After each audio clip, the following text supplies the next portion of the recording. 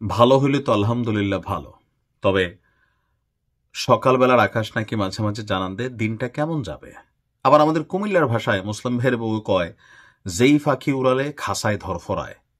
হ্যাঁ, মানে যে পাখিটা আকাশে উড়তে পারবে, এটা খাঁচায় থাকা অবস্থায় এটার ধরফরানি থাকে। তো একটা তো আছে কথার যুদ্ধ, আরেকটা আছে কাজের যুদ্ধ। দেখেন, সে চাণক্য নীতির কথাগুলো হাজার হাজার বছর ধরে কেন সমাজে এখনো বিদ্যমান। বৃক্ষ তোমার নাম কি, ফলে পরিচয়, এরকম শব্দগুলো আছে না? আমাদের দেশে হবে সেই ছেলে কবে, কথাই না বড় হয়ে কাজে বড় হবে। তো এই যে বিষয়গুলা, কেন এতগুলা শ্লোক, প্রবাদ বাক্য, চাণক্য নীতির বক্তব্য দিলাম? গতকালকে মানে আজকে রাতে এনসিপি একটা ঘোষণা দিয়েছে। তো কেউ কেউ বলার চেষ্টা করছেন এই ঘোষণায় বিএনপি এবং জামায়াত হাই হাই করবে। কেন? তাদের হাতে সুযোগটা ছিল। তারা পীর চিনতে পারে নাই, অথবা রত্নদেরকে চিনতে পারে নাই যে তারা কি ঘটাই দিতে পারে। রাজনৈতিক দল হিসাবে প্রথম সারির তিনটা দল যদি আপনি এখন বলেন, এর মাঝখানে আছে বিএনপি, এই মুহূর্তে রানিং আর কি, আওয়ামী লীগের তো কার্যক্রম নিষিদ্ধ, দ্বিতীয় আছে জামাত, তৃতীয় আছে এনসিপি। বর্তমান প্রেক্ষাপটে তিনটা দল।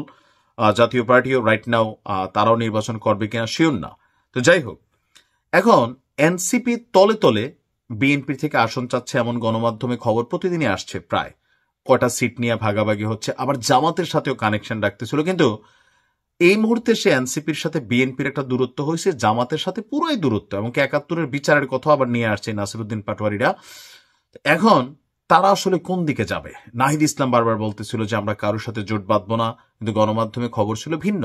অপরদিকে উপদেষ্টা আসিফ মাহফুজ তারাও নাকি বিএনপিতে যোগ দেবে, এমন আশঙ্কা যখন আসলো, এর মাঝখানেই বিএনপি এবং জামাতকে একটা কি বলা হয় যে শক দিলেন, নাকি নিজেরাই হয়তো বিএনপির কাছে সিট চাইছিলেন পান নাই, জামাতের কাছে সিট চাইছিলেন পান নাই, তারা যতগুলা চাইছে ততগুলা পান নাই, সেই কারণে বাণিজ্য তো রাখতে হবে, বিএনপির সাথে গেলে এনসিপি হারাই যাবে।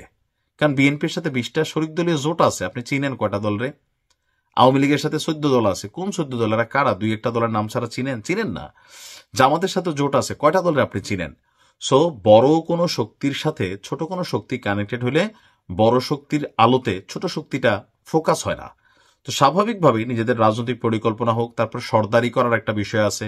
নাসিরুদ্দিন পাটোয়ারি যেই ভাষায় কথা বলে, বা নাহিদরা নিজেদেরকে যতটা বড় মনে করে, বিএনপি নেতাদের সামনে গিয়ে এত কথা বলার সুযোগ থাকবে না। জামাতও পাত্তা দিচ্ছে না, তাহলে তারা কি করবে? শেষমেশ তারা করছে কি, জাতীয় নাগরিক পার্টির মুখ্য সমন্বয়ক নাসিরুদ্দিন পাটোয়ারি গতকালকে রাতে ঘোষণা দিয়েছেন যে নতুন একটি রাজনৈতিক জোট আসছে। তো কারা সেই জোট? কি হিলা ডালবে? মানে ডাকসু, জাকসু, রাকসু, চাকসু, চারটা নির্বাচন যোগসু নাকি আসতেছে। তো এগুলাতে আসলে এনসিপির ছাত্র শক্তি, যে ছাত্রদের দল, আপনি কোথাও এদের জয় জয়কার দেখছেন? না।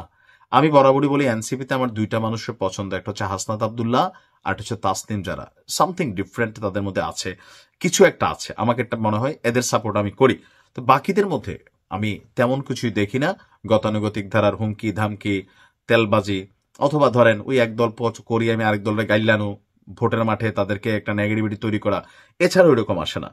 আচ্ছা, তো কিভাবে কি হবে?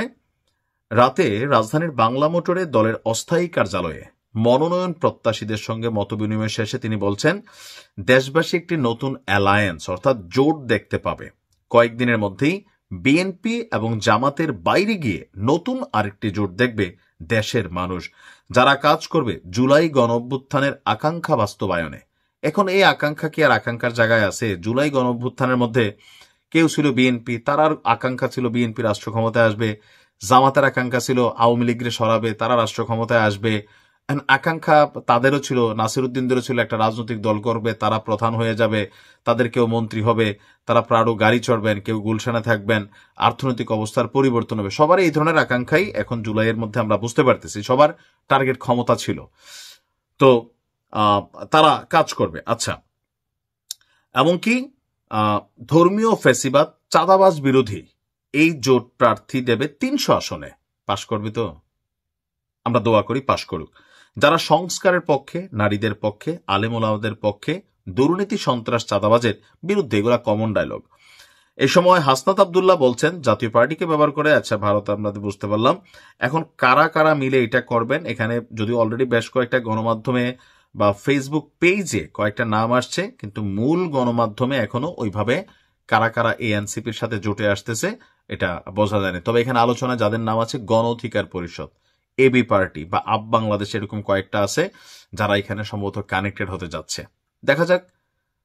তো আমার কাছে মনে হয় যে যারা মনে করছেন যে বিএনপি জামাত হাই হাই করবে, করবে না, তারা মনে করবে যে ভাই যাক, এনসিপির সাথে নিলে ভোট ওই রকম বাড়বে না, জামাতেরও বাড়বে না, আর হচ্ছে কি ধরেন বিএনপিরও বাড়বে না, বরং এনসিপির জন্য কপাল খুলতো যে কিছু এমপি টেমপি হওয়ার সুযোগ থাকতো। এখন কোনোটাই থাকবে না, এটাই হচ্ছে বাস্তবতা। ভালো থাকুন।